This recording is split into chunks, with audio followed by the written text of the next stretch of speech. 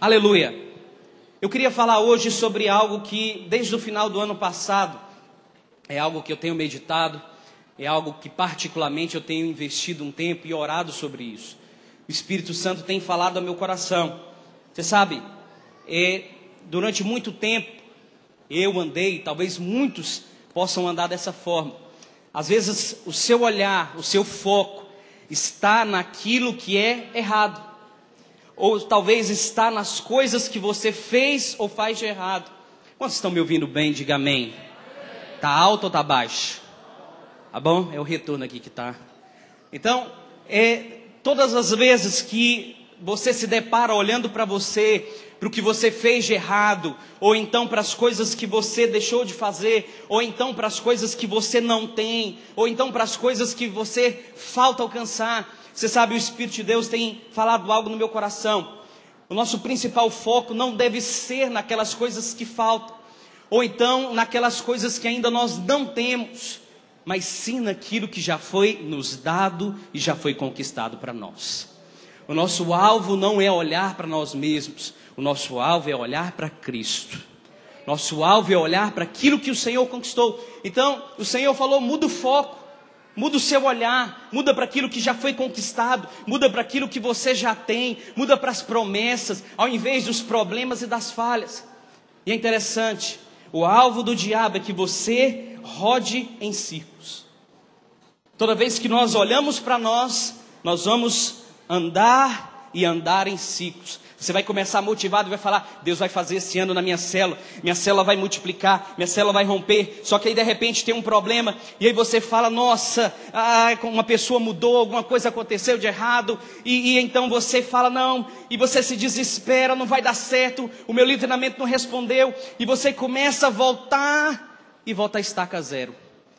E muitos irmãos na sua célula, no seu casamento, às vezes na sua vida financeira, fica girando em círculos, porque às vezes olha para você, mas essa noite o meu convite é para que você olhe para o céu, olhe para as palavras que foram liberadas sobre você, olhe para aquilo que já foi conquistado, e você possa avançar em nome de Jesus. Quantos podem dizer amém bem forte? Sabe o que é interessante? Antigamente, quando não existia, ou quando não era usada a bússola, a maneira que muitos viajantes de barco, eles não faziam grandes viagens. Eles viajavam com seus barcos até onde eles poderiam enxergar a costa, até onde eles poderiam enxergar a terra firme. Então, depois de um tempo, alguns bravos, corajosos começaram a viajar para mais longe. E então eles saíram aonde eles já não viam mais terra e começaram a ir para o meio do oceano, sem equipamento, sem bússola, sem nada. E é interessante que eles se guiavam pelo sol, pela lua e pelas estrelas e constelações. Eles eram direcionados quando eles olhavam para o céu, porque se eles olhassem só para a superfície, eles veriam uma imensidão de água e nada que mudasse. E então eles começaram a ser guiados olhando para o céu. Você sabe, isso é parecido com os reis magos. Quando eles foram guiados pela estrela que havia no céu, eles chegaram até Jesus. Eu queria dizer algo para você, que nessa noite o nosso foco seja voltado para as coisas do alto, seja voltado para as palavras que foram liberadas, independente do que você fez ou deixou de fazer, ou de como está a sua célula, ou de como estão as coisas ao seu derredor. Mude o seu foco nessa noite, em nome de Jesus. Diga glória a Deus. Agora, existe algo dado para nós, como eu falei, hoje é ceia.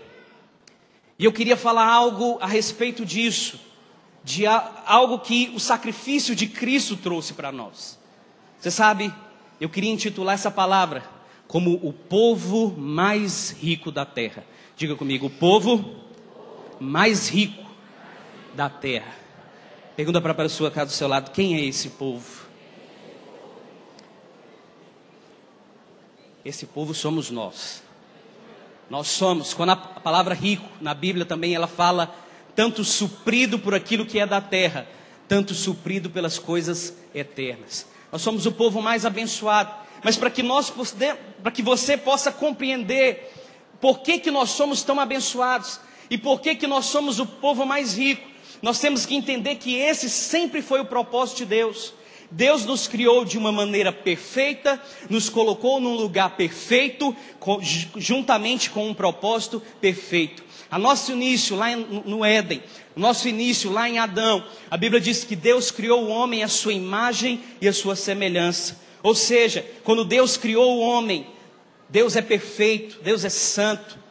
E então quando Ele cria o homem à sua imagem e à sua semelhança, Ele está dizendo: eu sou perfeito e eu estou te criando à minha imagem. Você é perfeito. Mas mais do que isso, eu vou te colocar num lugar perfeito, suprido, com todo o suprimento que você precisa, com todos os recursos. E mais, eu vou criar você com um propósito perfeito. Porque esse propósito vai ser, você vai ter uma companheira. E essa companheira, você vai ter prazer com ela. E você então vai se multiplicar. E seus filhos vão encher a terra. E quando eu olhar para a terra, eu vou ver um lugar perfeito de pessoas perfeitas, para a glória de Deus. Todos à imagem e semelhança. Esse foi o propósito e esse é o propósito de Deus até hoje. Só que o que aconteceu? O pecado entrou em cena. E por causa do pecado nós fomos... o propósito, ele teve um problema. Nós que éramos perfeitos, conhecemos a imperfeição. O pecado entrou, a enfermidade entrou. E tudo aquilo que hoje é mal entrou no mundo por causa do pecado. Não por causa do Senhor e não por causa da sua vontade. Preste atenção. Quantos acompanharam essa repercussão do estouro da barragem em Brumadinho? Levanta a sua mão. Existem 2 pontos nessa história que eu queria refutar para você. O primeiro deles é o heroísmo. Você sabe, os bombeiros, aqueles que participaram do resgate, todos foram vistos como heróis, como pessoas que estavam abrindo mão da sua própria vida para tentar resgatar a outros. Ou então abrindo mão da sua segurança, dando a sua vida, correndo o risco de perdê-la por causa de outros. Esse sentimento veio do Senhor. É o sentimento que nós vemos lá na cruz, de Deus dando a sua vida. Mas existe outro sentimento muito envolvido. É o sentimento de justiça. O sentimento de justiça, porque todos querem que a Vale e os responsáveis sejam punidos. Que todos, um crime como esse, uma repercussão, aqueles que participaram sejam responsáveis, porque nós queremos justiça. Só que preste atenção, a nossa justiça ela é falha, a nossa justiça ela é limitada, mas o nosso desejo de justiça também vem de Deus. Quantos estão me entendendo? Diga amém. Deus é justo. E aí eu quero mostrar algo para você no Éden. A Bíblia diz que o homem ele pecou. E essa história ela envolve aquilo que eu quero falar sobre você. Quando o homem pecou, a Bíblia diz então que Deus entrou numa situação muito especial e muito delicada. Porque o diabo estava envolvido naquilo.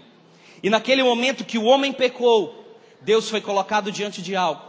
O ser que ele criou, que ele amava, que ele criou a sua imagem e semelhança, falhou. Mas Deus é justo. E como Deus é justo, ele tem que punir.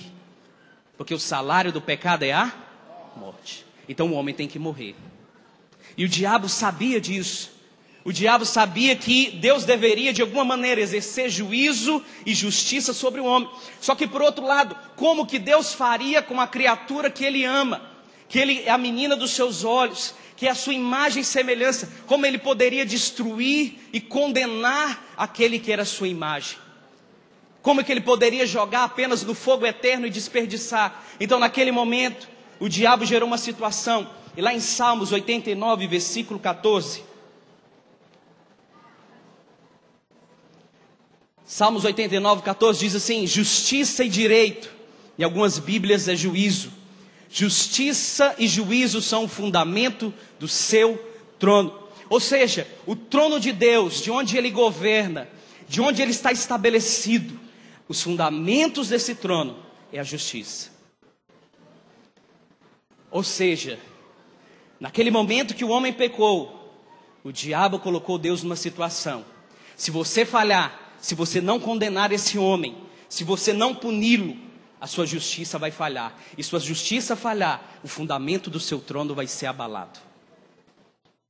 Naquele momento, Deus sabia. Mas por outro lado, se Deus então condenasse o homem, se Deus então exercesse juízo, o plano de Deus de demonstrar quem ele queria ser, o Abba Pai, o Deus de amor, o Deus de graça, seria comprometido. Porque como ele poderia destruir aquele que ele acabou de criar à sua imagem e semelhança? Então naquele momento, o diabo colocou o Senhor. Deus então cria o plano inicial. Sacrifiquem animais, porque o sangue dos animais vão cobrir o pecado. Ou seja, toda vez que o homem pecar, vai ter um substituto. Toda vez que o homem falhar, um sangue vai ser inocente, vai ser derramado. Só que tem um problema, o sangue dos animais demorava apenas 1 ano. Uma vez a cada ano era perdoado os pecados. Mas depois de 1 ano, teria que haver novos sacrifícios, um novo sacrifício. Mas essa situação, ela não poderia perdurar. E você sabe, o diabo sabia disso, e Deus sabia disso. Deus não poderia deixar eternamente animais sendo mortos para perdoar o pecado do homem. E o diabo saberia que se o homem não tivesse Deus, continuamente nessa história, uma hora tudo ia se acabar. E então, a Bíblia diz que o Senhor, já com seu plano traçado, ele envia Jesus até a terra. Só que agora é o momento mais delicado de tudo, do trono de Deus. Porque como 100% Deus, ele jamais poderia falhar. 100% Deus, Deus nunca erraria, Deus nunca falharia, Deus nunca pecaria, Deus nunca poderia ser pego em nenhuma artimanha do diabo, porque ele era 100% Deus. Mas agora, para cumprir o propósito dele, para nos resgatar, para demonstrar o seu amor, como a Bíblia diz em Filipenses capítulo 2, ele deixou a sua glória e se tornou em carne semelhante de homem. E ele foi testado e tentado. E o diabo sabia, 100% Deus você não pode falhar, mas 100% homem você pode falhar. E foi nesse momento crucial que o diabo sabia que a oportunidade de atrapalhar os planos de Deus, de não só nos destruir, mas de abalar o trono de Deus, seria naquele momento. É por isso que em Mateus capítulo 4, você vê o próprio diabo indo tentar Jesus. E ele então testa, Jesus tenta, faz a proposta. E então ali Jesus vence. Mas durante todos os evangelhos você percebe o diabo usando críticas, usando os fariseus, tentando desmerecer a obra de Deus, tentando pegar Jesus em algum erro, tentando fazer Jesus errar e falhar. Por quê? Porque a única forma de nos salvar era um sacrifício perfeito. A única forma de perdoar o homem perfeitamente, de resgatar o homem, era um sacrifício perfeito. Porque os animais no Antigo Testamento, eles deveriam ser apresentados, examinados. Se eles tivessem algum defeito, eles eram rejeitados, colocados de fora. Mas se ele fosse perfeito, o sacrifício era aceito e então o pecado era perdoado. Naquele momento, durante todos os evangelhos, você vê o diabo usando os fariseus e tentando de maneira astuta pegar Jesus. Porque se Jesus falhasse, o sacrifício não seria perfeito. O trono de Deus seria abalado e então nós seríamos condenados eternamente. Sabe, aquela música, Ousado Amor, em inglês ela é Reckless Love. E essa palavra, reckless, um dos sentidos principais dela no inglês é imprudente. É como se o amor de Deus fosse imprudente. Mas o que ele quer dizer? Nos amar foi um risco. O Senhor demonstrar o seu amor, o Senhor nos resgatar, foi um risco, não só para nós, mas para Ele. Mas para o próprio Deus. É claro que Deus é perfeito e Ele já saberia o final, mas haveria um risco ali quando Jesus fosse 100% homem. É por isso, estava meditando, nós encerramos como rede o plano de leitura de Mateus agora, esses dias, e meditando nos últimos capítulos, você vê quando Jesus já estava preso na cruz, o diabo não deixou quieto. O diabo levou os fariseus até lá e começou a falar: se você é o filho de Deus, desce daí. Se você mesmo é filho de Deus, prova. Se você descer agora dessa cruz, nós acreditamos. Se você mesmo, você salvou todo mundo e não salva a ti mesmo. E o diabo começou a usar ali naquele último momento, porque eu creio que naquele momento, o diabo sabia que ele não estava ganhando. Durante milhares e milhares de anos, ele observou no templo animais sendo oferecidos. Durante milhares e milhares de anos, ele conseguiu perceber a maneira de Deus perdoar. E ele viu os sacrifícios sendo feitos, e ele viu a maneira de Deus agir. Ele sabia que naquele momento ali, não estava tendo uma briga no céu, o pai brigou com o filho, ou então que a trindade estava se separando. Ele sabia que Jesus está passando aquilo, era que o pai estava entregando ele como sacrifício. E a última chance dele de destruir esse sacrifício era ali na cruz. Mas lá em João capítulo 19, versículo 28.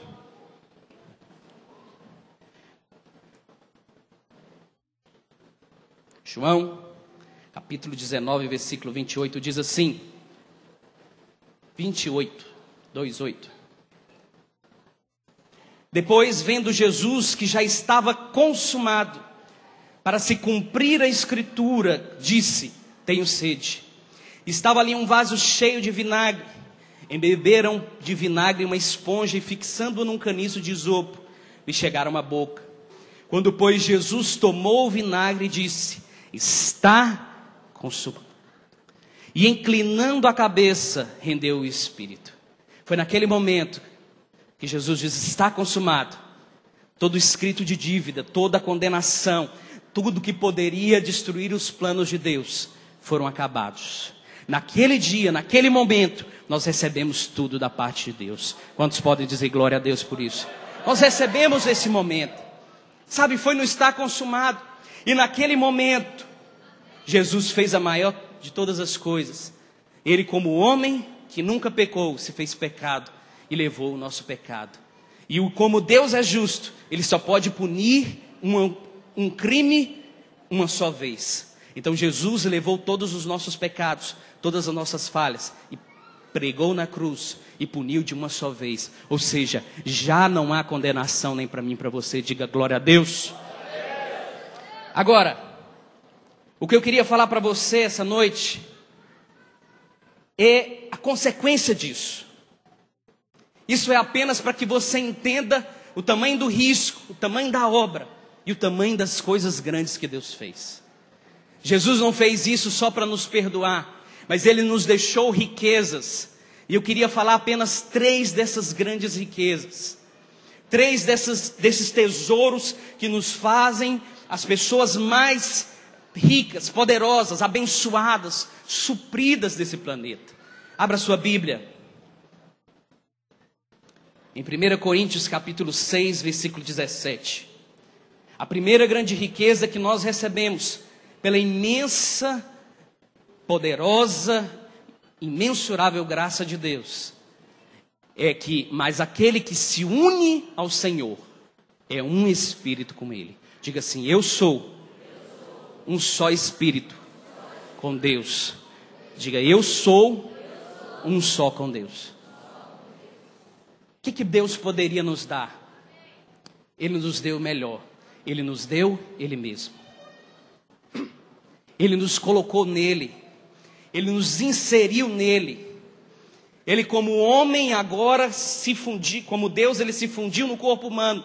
E então agora existe um homem no céu, um Deus que é homem, para que na terra houvesse homens que fossem deuses. Eu sei que a gente não pode falar muito isso, porque os teólogos, e isso é meio agressivo aos ouvidos. Mas eu vou falar algo para você. Nós temos muitas células aqui. E normalmente é para a célula sentar junto, né? Diga glória a Deus. Mas o que acontece? Às vezes chega um, depois a célula senta um aqui, uma ali, uma aqui. Quando você é muitos, você até que pode se separar. Mas eu vou dizer algo para você. Ninguém pode chegar no culto e chegar aqui e falar, não, eu vou deixar minha cabeça aqui na frente e meu corpo vai ficar lá no fundo. Minha cabeça vai ficar aqui para assistir a palavra, mas o corpo fica lá, porque quando acabar o culto a gente sai, vem aqui. Não tem como, porque uma vez que você se torna um, a Bíblia diz que Cristo é o cabeça e nós somos o corpo, não tem como mais dividir, não tem como mais separar. Nós cremos que aqueles que se unem ao Senhor são um só espírito. Então Deus nos colocou nele. Deus nos inseriu nele. Essa foi a maneira perfeita de uma vez por todas resolver todos os nossos problemas. Então, dentro dessa riqueza, eu vou dizer algo para você. Você não precisa esperar para ter e nem para ser nada. Tudo que nós precisamos, nós já temos hoje. Nós já somos santos, nós já somos justos, nós já somos perfeitos, nós já temos a bênção, nós já somos supridos, nós já recebemos tudo, porque não tem como, nós somos colocados nele, e ele é perfeito. Ele é perfeito. A nossa revelação, o que me cansa, como eu falei para você, o que tem me cansado nesses últimos tempos, é o evangelho de que nós precisamos ser. Nós precisamos chegar. Nós precisamos receber. E parece que nunca chega. Parece que é uma viagem eterna para Nova Jerusalém, não, para Canaã, que nunca chega. Só que o que nós vamos chegar? Nós já recebemos. Nós não precisamos conquistar. Nós precisamos aprender a usar. Nós não precisamos, uma pessoa que está aqui, você não precisa receber o dom de línguas, você já tem, você precisa aprender a falar em línguas. Você não precisa receber a bênção, você já é, você precisa saber como essa bênção pode fluir. Nós precisamos aprender como tirar da frente aquilo que impede de crescer. Não é uma questão de conquistar, mas apenas de deixar fluir o que nós temos. É um evangelho de que nós já recebemos, nós já temos tudo aquilo que nós precisamos, porque nós somos colocados nele. Dentro dessa riqueza, também existe o fato de que você nunca vai estar distante, nunca vai estar só, nunca vai ser isolado, porque você está em Deus. É por isso que Paulo em Romanos diz: quem nos separará do amor que está em Cristo Jesus? Nem a morte, nem a vida, não tem como. Deus resolveu o problema. O diabo não pode tocar em você. Agora, assim como Jesus era Deus e estava na terra, foi testado, assim como Jesus era Deus, estava na terra e passou dificuldades, nós também passamos dificuldades. Nós também passamos testes, nós passamos momentos difíceis, de críticas. Jesus era Deus e foi criticado. Jesus era Deus e passou dificuldades. Jesus era Deus e tinha pessoas tentando matar Ele. Só que em todos os momentos, Ele era suprido em tudo. E totalmente abençoado. Qual que é o nosso coração? Nós já temos tudo de Deus. Já não está liberado. Já está liberado para nós. Nós somos o povo mais abençoado dessa terra. O que você precisa? Não fique procurando para achar. Fale, eu já tenho. Eu já recebi do Senhor. Quantos podem dizer amém por isso? Jamais você vai estar só. É como uma criança que tem mãos, mas ainda não sabe pegar. Tem pés, mas não consegue andar. Tem as pernas, mas não consegue ter o equilíbrio perfeito. Tem o corpo funcionando, mas não consegue fazer certas coisas. Porque somos nós temos tudo de Deus, mas ainda nós não sabemos. É por isso que uma vida ainda é muito pouco. É por isso que virá o milênio e a eternidade, porque nós vamos conhecer mais a Deus, nós vamos crescer, mas nessa vida você pode reinar. Romanos 5,17 diz assim: aqueles que receberam a abundância da graça e o dom da justiça reinarão em vida, a saber, por meio de um só Cristo Jesus, ou Jesus Cristo. Nós podemos reinar. Então você é um só com o Senhor. Nós somos amados de Deus também. Nós somos feitos filhos amados. E uma vez que nós fomos colocados nele e fomos filiados, não existe condenação. Não existe nada. Lá existe um texto, eu esqueci de anotar, mas Jeremias, se eu não me engano, diz assim: que Deus não viu iniquidade em Jacó. Você pode pesquisar depois. Deus não viu. Você sabe o que é interessante? Deus não disse não há iniquidade em Jacó. Ele disse eu não vejo.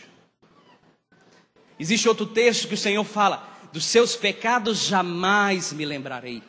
Não quer dizer que não há pecados, quer dizer que Deus não se lembra. Então eu quero falar algo para você essa noite. Deus não lembra dos seus pecados e Deus não vê os seus erros, porque Ele te colocou nele mesmo. E quando Ele olha para Ele mesmo, Ele não vê falhas, Ele não vê pecado, Ele não vê limitações. Então Ele te vê perfeito como Cristo é. Nós somos feitos perfeitos.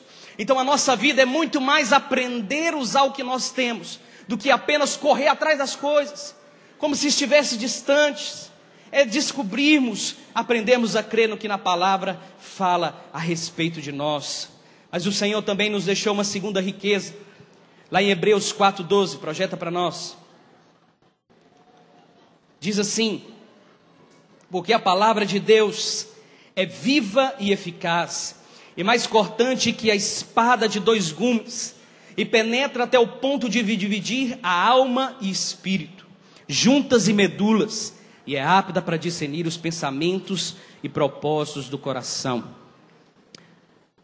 A palavra de Deus diz que o Senhor nos colocou nele, mas também Deus nos deu algo muito rico, algo que nenhuma pessoa nesse mundo pode, que não tem os seus olhos abertos, ela pode experimentar tão bem quanto nós. Nós temos a palavra de Deus.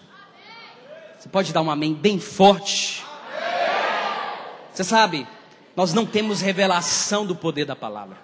Esses dias lendo Mateus, o Senhor falou no meu coração de uma maneira tão forte. Tanto que a palavra é poderosa. É tão poderosa, mas tão poderosa, que o diabo tentou usar a própria palavra contra o próprio Deus. Lá em Mateus 4.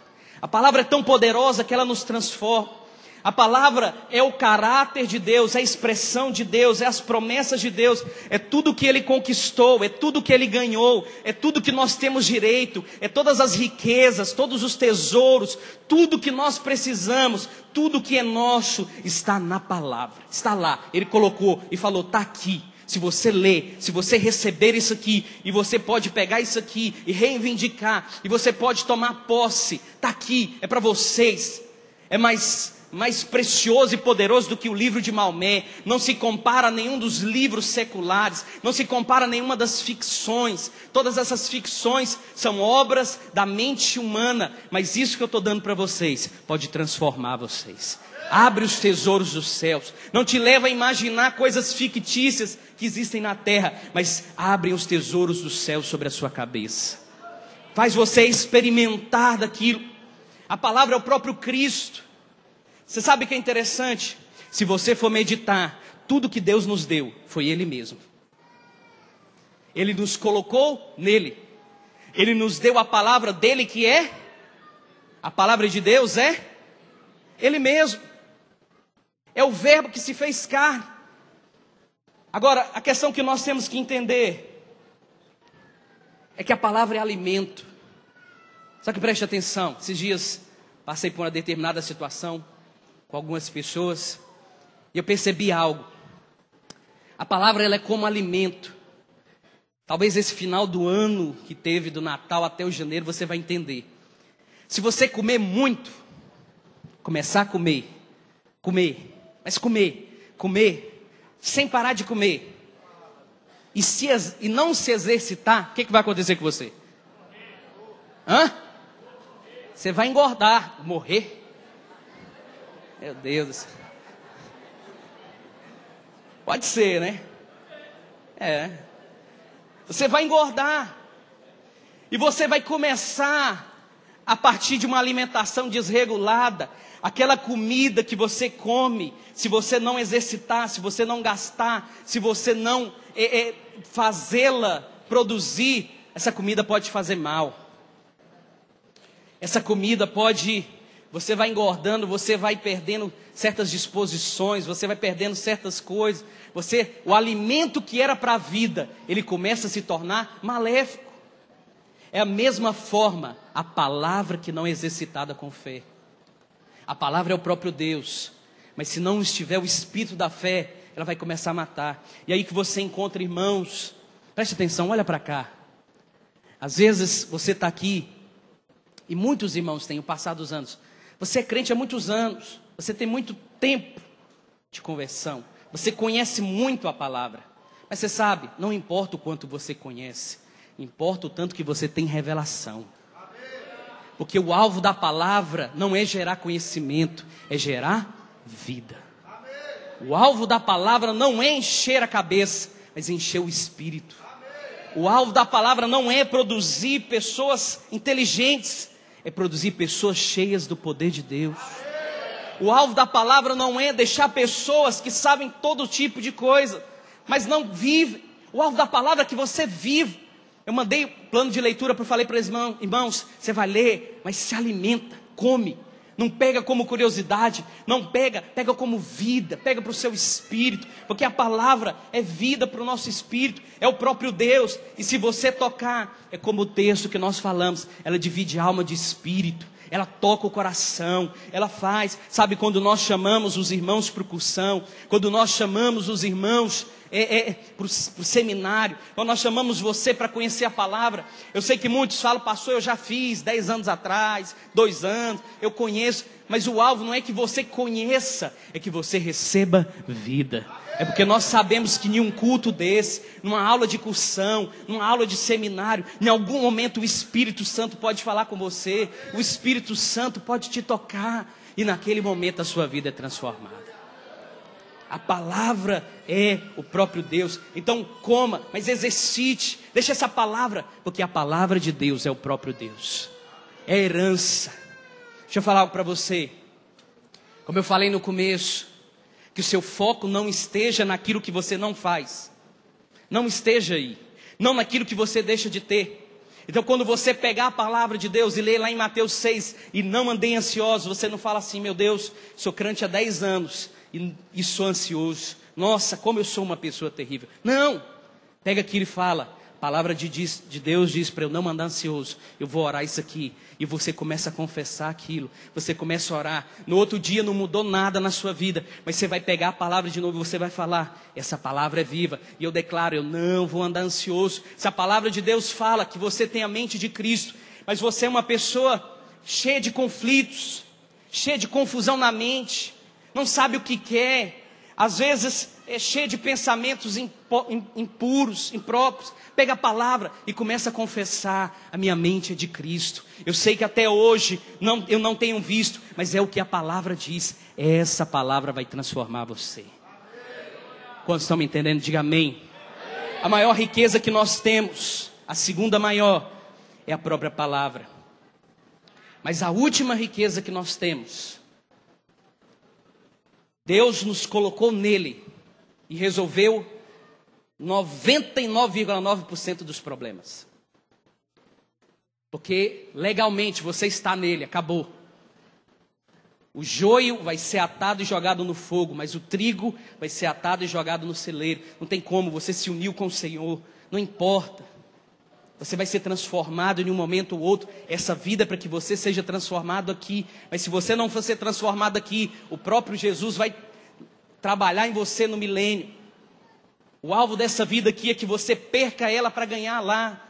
Como Jesus falou, que você entregue ela aqui para você receber. Mas a maioria dos nossos problemas foram resolvidos, porque Ele nos colocou nele. Mas Ele nos deu a palavra para lembrar tudo aquilo que nós precisamos, para nós vermos a nossa herança e as riquezas. Mas a terceira maior é que o Senhor nos deu o Espírito Santo. Diga o Espírito Santo. Já não era suficiente para Deus nos colocar nele, mas Ele fez questão de colocar Ele em nós. Você consegue perceber o amor e a graça de Deus?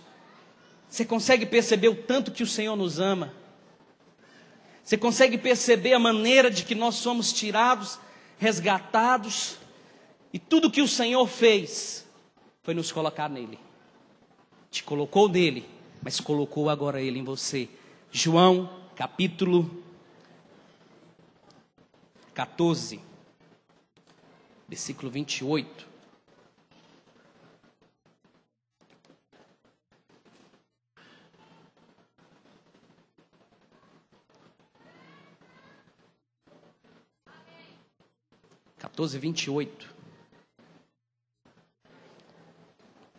Não vai ser esse. Põe no versículo 26.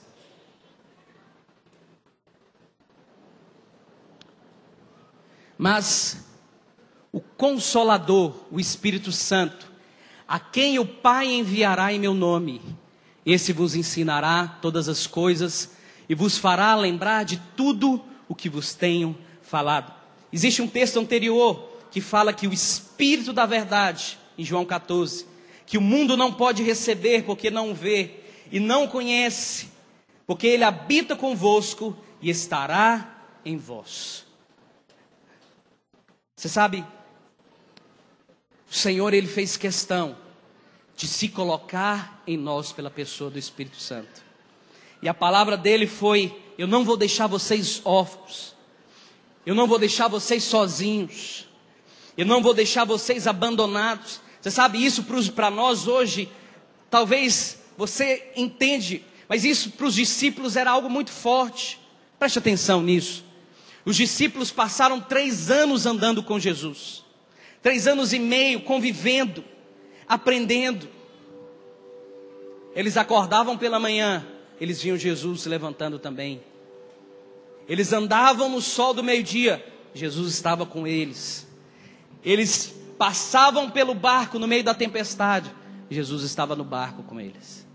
De certa maneira, eles se sentiam seguros, porque se em algum momento faltava comida, Jesus pegava o pouco de pão e o pouco de peixe que tinha e multiplicava. Se em algum momento faltasse dinheiro, Jesus falava: Pedro, vai lá e pesca, e na boca do peixe vai ter uma moeda. E Pedro pescava, quando ele abria a boca do peixe tinha uma moeda. Eles sabiam que eles estavam seguros, eles podiam ter medo da morte, mas eles viram Jesus ressuscitando os mortos. Talvez eles pensavam: se nós morrermos, ele vai nos ressuscitar também. Eles estavam perto de Jesus e via Jesus curando todos os enfermos. Eles sabiam: perto desse homem a gente não vai ficar doente. Eles estavam seguros, próximos. Mas teve um momento que Jesus começou a falar que iria morrer. Jesus começou a falar que ele deixaria. E então os discípulos começaram a se agitar, porque eles falaram: e se o Senhor for, o que vai acontecer de nós? O que vai ter? O que vai ser? Então Jesus fala para eles: eu não vou deixar vocês órfãos, eu não vou deixar vocês sozinhos. Talvez eles pensavam: Senhor, se o Senhor for, quem vai nos ensinar as Escrituras? Senhor, se o Senhor for, quem vai nos ajudar nas tentações? Quem vai nos ajudar a caminhar sobre as águas? E ele fala: não se preocupe, o Pai vai enviar o Espírito Santo. É necessário que eu vá, mas não se preocupe, vocês nunca vão estar sozinhos, vocês nunca vão estar abandonados. Eu estarei em vocês, e naquele dia vocês vão saber que eu estou no Pai, o Pai está em mim, eu estou no Pai, vós estáis em mim e eu estou em vós. Deixa eu falar algo para você. Nós somos unidos a Deus, nós somos colocados em Deus. Não importa onde você trabalha, não importa a sua profissão, não importa o que você faz, você é parte de Deus. Você foi inserido em Deus. Não importa talvez se você não sabe falar, ou se você fala muito bem, não importa as suas dificuldades, Cristo está no Pai, nós estamos em Cristo e Cristo está em nós. Nós estamos parte de Deus. Eu sei que Salmo diz, e pode ser ofensivo aos seus ouvidos, mas nós somos deuses. É por isso que a palavra abre os nossos olhos, para nos mostrar que não somos seres que precisam mendigar o pão. Não somos pessoas que precisam se preocupar com o amanhã. Não somos pessoas que precisamos ter medo mais, porque nós estamos nele e nós jamais sairemos dele. E o texto ficar dele é quando ele então coloca o Espírito Santo em nós. E a Bíblia diz que nós não estaríamos órfãos, nós não estamos abandonados nessa terra. Aonde você vai, Deus vai com você. Aonde você está, o Senhor está com você. Mas mais do que isso, Ele habita dentro de você. Seu líder, seu pastor, ele não pode te dar 24 horas de atenção, mas Deus te dá 24 horas de atenção. Olha como você é especial. Você é tão especial que Deus fez um call center 24 horas para você. Deus faz questão de habitar em você, para não estar longe. E aí Ele como que amalgamou, se tornou um só, para nunca mais te deixar. Então Ele nunca nos deixará órfãos. Mas a Bíblia diz que Ele também nos ensinará todas as coisas. Tudo que nós precisamos saber, Ele está disposto a ensinar. Sejam coisas espirituais, coisas naturais, qualquer coisa. Ele é o nosso Deus. Ele está falando aqui, esse é o mesmo propósito do Éden. Adão não entendeu. Adão tinha a árvore do conhecimento do bem e do mal, e a árvore da vida. Se ele comesse da árvore da vida, ele escolheria depender de mim. Mas como ele escolheu a árvore do conhecimento do bem e do mal, o seu conhecimento foi a sua base. Mas hoje eu coloco uma árvore de novo, não no centro do jardim, mas no centro do seu coração. Eu habito dentro de você, e dentro de você tem essa árvore, que você pode comer dela, e ela vai te ensinar todas as coisas. O Senhor, o Espírito Santo, Ele é uma pessoa, Ele é alguém que foi colocado para ti se relacionar. Foi a maneira de Deus demonstrar o amor por nós, de estar mais próximo de nós do que nunca. É por isso que o céu vai ser apenas um lugar melhor e talvez mais organizado, porque nós estamos tão próximos dele que nem lá nós vamos conseguir estar mais. Nós já estamos aqui, Ele já está aqui. Ele vai nos ensinar porque Ele é uma pessoa. Ele vai nos ensinar porque Ele tem prazer. Ele vai nos ensinar porque Ele arriscou as bases do seu trono. Ele arriscou tudo o que Ele tinha, a sua glória, por amor a nós. É por isso que quando nós ceiamos, nós estamos lembrando do tamanho do sacrifício, e que não existe nada, nem ninguém nessa terra, que seja mais rico, mais abençoado, mais suprido do que nós. Não tenha inveja do ímpio, não admire as coisas do ímpio, não admire a cultura do ímpio, não admire as músicas do ímpio, não admire nada que o mundo tem, porque o melhor que pode existir está dentro de você. O melhor que pode existir somos nós, somos filhos amados de Deus. E nem o céu, nem a terra vão permanecer, mas nós vamos permanecer eternamente. A Bíblia diz que Ele estará conosco todos os dias. Jesus não conseguiria fazer isso. Se Jesus vivesse hoje, para você se achegar até Jesus era caro uma passagem de avião. Para você chegar perto de Jesus seria difícil, porque teria muita gente. Para você chegar perto de Jesus seria complicado. As multidões, o preço de ir, a alimentação para fazer uma viagem mega internacional.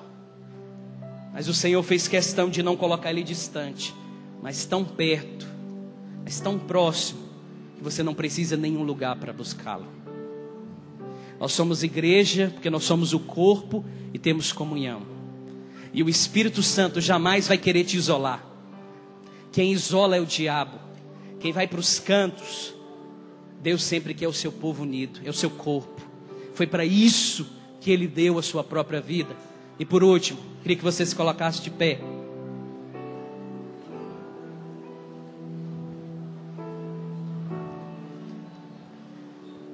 A Bíblia diz que Ele nos lembraria, nos ensinaria, nos consolaria. Olha para cá. Os irmãos da ceia podem entrar.